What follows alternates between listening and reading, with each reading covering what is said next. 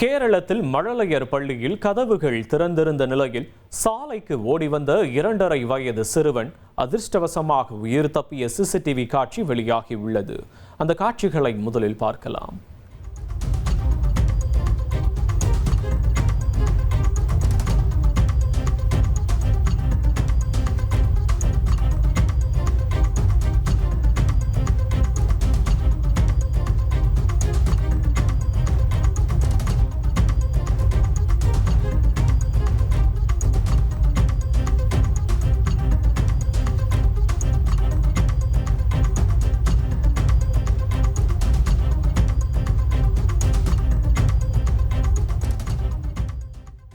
கேரள மாநிலம் எர்ணாகுளம் மாவட்டம் ஆலுவாத்தொட்டு முகத்திலிருந்து இடையப்புறம் செல்லும் பரபரப்பான சாலையில் தனியார் மழலையர் பள்ளியில் இருந்து 2.5 வயது சிறுவன் ஓடி வந்துள்ளான்.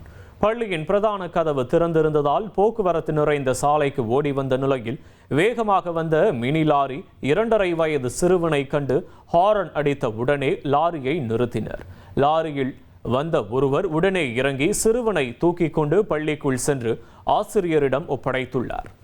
பள்ளியில் பெயிண்ட் அடிக்கும் வேலை நடந்து கொண்டிருந்ததால் பள்ளி கதவு திறந்திருந்ததாக கூறியுள்ளனர். இந்த சம்பவத்தை தொடர்ந்து பள்ளி நிர்வாகத்தை பெற்றோர் கண்டித்துள்ளனர். இனி செல்லும் இடமெல்லாம் செய்தி.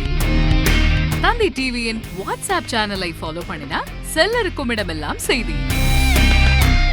இதோ QR கோட் இப்பவே ஸ்கேன் பண்ணுங்க, ஃபாலோ பண்ணுங்க.